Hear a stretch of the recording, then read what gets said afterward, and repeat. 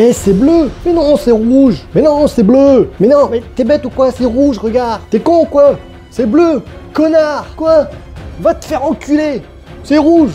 Va te faire enculer, toi! Ouais, c'est ça, allez, dégage, dégage! C'est bleu, dégage, dégage, toi, dégage.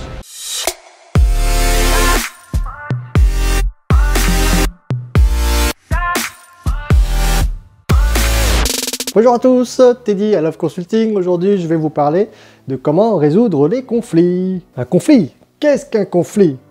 Un conflit, c'est l'absence de communication entre plusieurs personnes suite à un désaccord.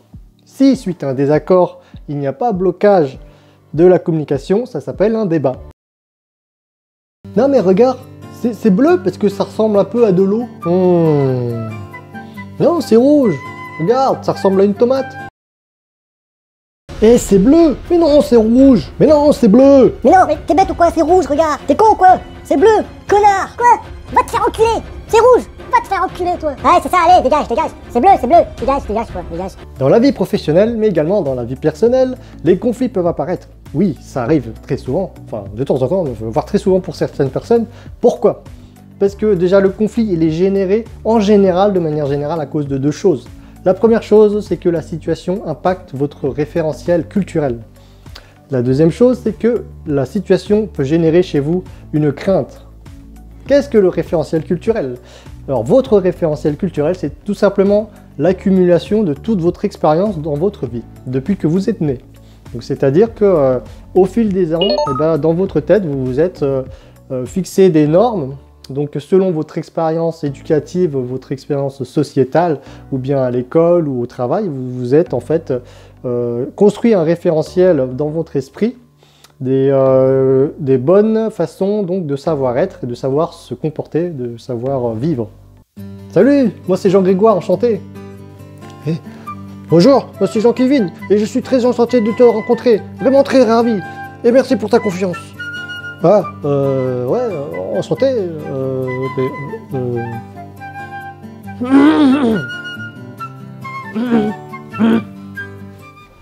Il est pas très poli celui-là, il me serre pas la main, et il me demande de me baisser en plus. Je me baisse pas devant les gens comme ça. Et lui là, il est pas poli du tout. Hein. Déjà, on se connaît pas, il veut me toucher, hein, avec sa main là, je suis même pas sûr qu'il s'est lavé les mains. Et en plus, il veut même pas me saluer correctement.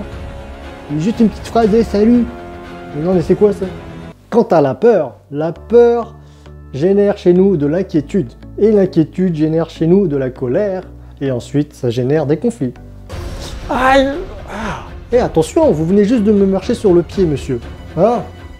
Excusez-moi, pas fait exprès. Ok, c'est pas grave, c'est pas grave, c'est pas grave. Ah! Eh mais fais gaffe! T'arrêtes pas de me marcher sur le pied tous les jours! Oh, bah excuse-moi, j'ai pas fait exprès. Hein. Mais c'est toi aussi, tu viens toujours trop près de moi. Mais oui, mais fais attention, le couloir il est trop petit aussi. Putain, ils vont encore me marcher dessus encore tous les jours là. Putain, dégage, dégage, dégage. Ouais, c'est ça, allez, casse-toi, casse-toi. Ouais, je vais te marcher dessus. Et alors? En entreprise, les conflits sont liés à un sujet. Il ne faut pas considérer les conflits liés à des personnes, puisque si un conflit est lié à une personne, on appelle ça du racisme ou bien de la discrimination. Eh bien, c'est que vraiment, il y a eu une erreur de casting et que la personne n'a vraiment rien à faire ici. Mais du coup, ce n'est pas de sa faute, puisque c'est la faute du RH, parce que c'est lui qui a recruté la personne, la mauvaise personne. Donc, il ne faut pas lui en vouloir. Pour résoudre des conflits, il faut savoir qu'il n'y a jamais un gagnant et un perdant. C'est toujours 50-50.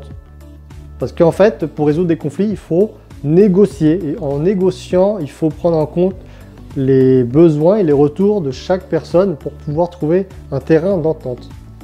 Ok, bon, je vais me décaler un petit peu hein, pour que toi tu puisses également passer, d'accord? Ok, moi aussi il faudra que je me décale un petit peu pour te laisser passer.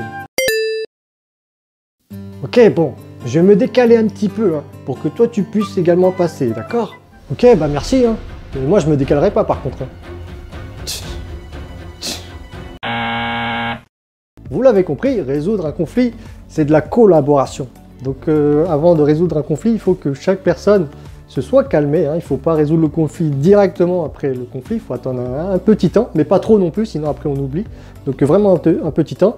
Et ensuite, lorsqu'on résout des conflits, on est en mode collaboratif. On essaye tous de trouver une solution pour satisfaire tout le monde.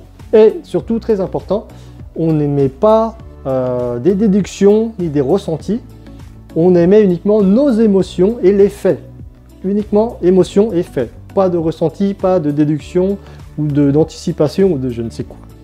Moi je suis sûr que tu me marches sur le pied parce que tu m'aimes pas. Écoute, je suis très en colère parce que ça fait 10 fois que tu me marches sur le pied dans la semaine.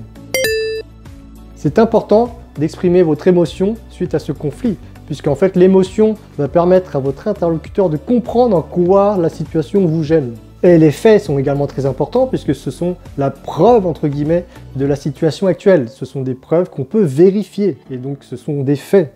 Et il ne faut surtout pas, comme je le disais tout à l'heure, émettre des suppositions ou des déductions ou bien anticiper parce qu'en fait ce sont des choses qu'on ne peut pas vérifier et donc ça ne fera qu'empirer le conflit ou bien le détourner. Dans la méthode de résolution des conflits, vous pouvez très bien utiliser la méthode de rétrospective que vous pouvez visionner dans cette vidéo. Voilà, c'est la fin de cette vidéo, j'espère qu'elle vous a plu. Si c'est le cas, mettez un pouce en l'air, abonnez-vous à ma chaîne, n'hésitez pas à mettre en commentaire ce que vous voulez, et n'hésitez pas également à partager cette vidéo à tous vos amis, à tous vos contacts, et sur ce, je vous dis à la prochaine, bye bye.